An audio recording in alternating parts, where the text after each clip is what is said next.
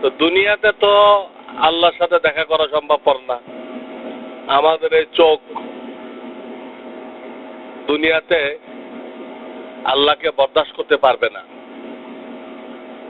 তো জান্নাতে আমাদেরকে অনেক শক্তিশালী করে তৈরি করা হবে।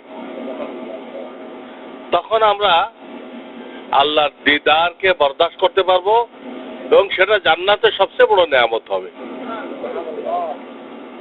এই জন্য দুনিয়াতে আল্লাহর সাথে দিদার দেখা এগুলো হবে না।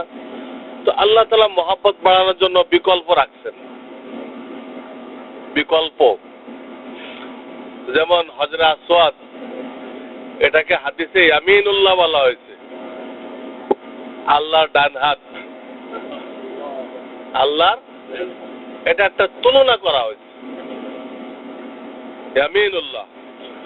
তো যে কেউ ওটাকে সহিভাবে চুমা দিচ্ছে, ইশারা করে চুমা দিচ্ছে, সে কেমন যেন আল্লাহর সাথে কি করলো? মুসাফা করলো, আল্লাহর সাথে মুসাফা করলো। তারপরে যদি কেউ সুযোগ পায় মুলতাজামের সাথে সিনা লাগাই দিল, মুলতাজাম কেমন যেন তার মুআনাকা হয়ে গেল। কি হয়ে গেল?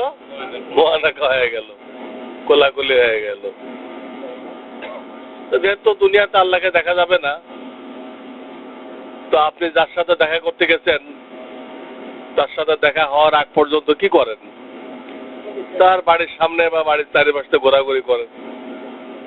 ওই ঘোরাঘুরির জন্য কি দেওয়া হয়েছে? তাওয়াফ দেওয়া হয়েছে।